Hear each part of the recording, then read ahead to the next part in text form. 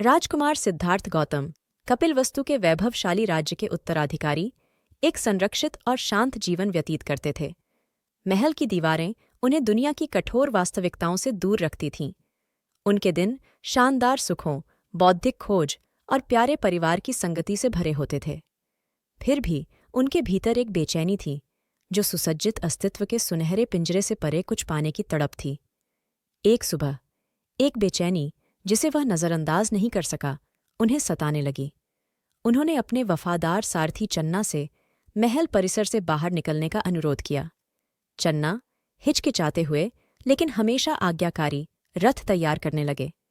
जैसे ही उन्होंने अज्ञात में दहलीज पार की, सिद्धार्थ पर हर्ष की लहर छा गई। उनके सामने ग्रामीण इलाकों की हरितिमा खिल उठी, जो महल के बगीचों की बनावटी पूर्णता के बिल्कुल विपरीत थी। उनकी यात्रा उन्हें धूल भरे रास्ते पर ले गई, जो चहल पहल वाले गांवों और शांत उपवनों से होकर गुजरता था। सिद्धार्थ दृश्यों और ध्वनियों से रोमांचित होकर अपनी प्रजा के जीवन को देखते थे। उन्होंने किसानों को बेरहम धूप के नीचे कड़ी मेहनत करते हुए, व्यापारियों को बाजार में अपना सामान बेचते हुए और बच्चों को बेफिक्री से खेलते हुए देखा। हालांकि उनके भीतर जुड़ाव का भाव पैदा हुआ, लेकिन एक गहरी बेचैनी जड़ जमाने लगी। अचानक उनका रास्ता हंगामे से टकरा गया।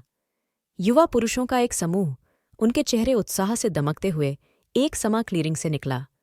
उनमें से एक, जिसकी छाती गर्व से फूली हुई थी, उसने अपने हाथ में एक बेजान हंस पकड़ा हुआ था। वह था देवदत्त, सिद्धार्थ का चचेरा भाई, जो अपनी आवेगशीलता और शिकार के प्यार के लिए कुख्यात था।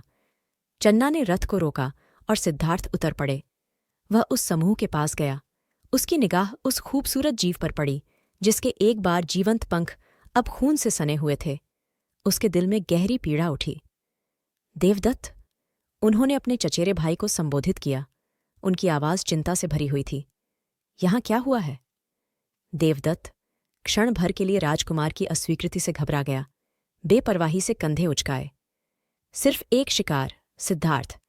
इस शानदार पक्षी ने मेरे कौशल को चुनौती दी, और अफसोस, यह अपना अंत मिला। जब सिद्धार्थ हंस के पास घुटने टेकते थे, तो उसकी आंखों में जान बची रहती थी।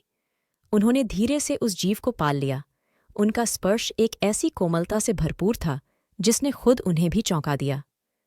अभ्यासी हाथों से उन्होंने घाव की जांच की, जो एक अकेला तीर उसके पंख से निकल रहा था। देवदत्त के अंदर गुस्सा उबल रहा था। हंस मेरा है सिद्धार्थ, उसने घोषणा की। उसकी आवाज हकदारी से भारी थी। मैंने इसे गिराया है। देवदत्त के विस्फोट को अनदेखा करते हुए सिद्धार्थ हंस की देखभाल करने में लगे रहे। उन्होंने सावधानी से तीर को हटाया, घाव को साफ किया और पास में उगने वाली सुखदायक जड़ी बूटियों से बने पोल्टिस को लगाया। देवदत्त ने उपहास किया। तुम क्या कर रहे हो सिद्धार्थ? ये स्पष्ट रूप से बचाने से परे है। आपको इसे छोड़ देना चाहिए, और हमें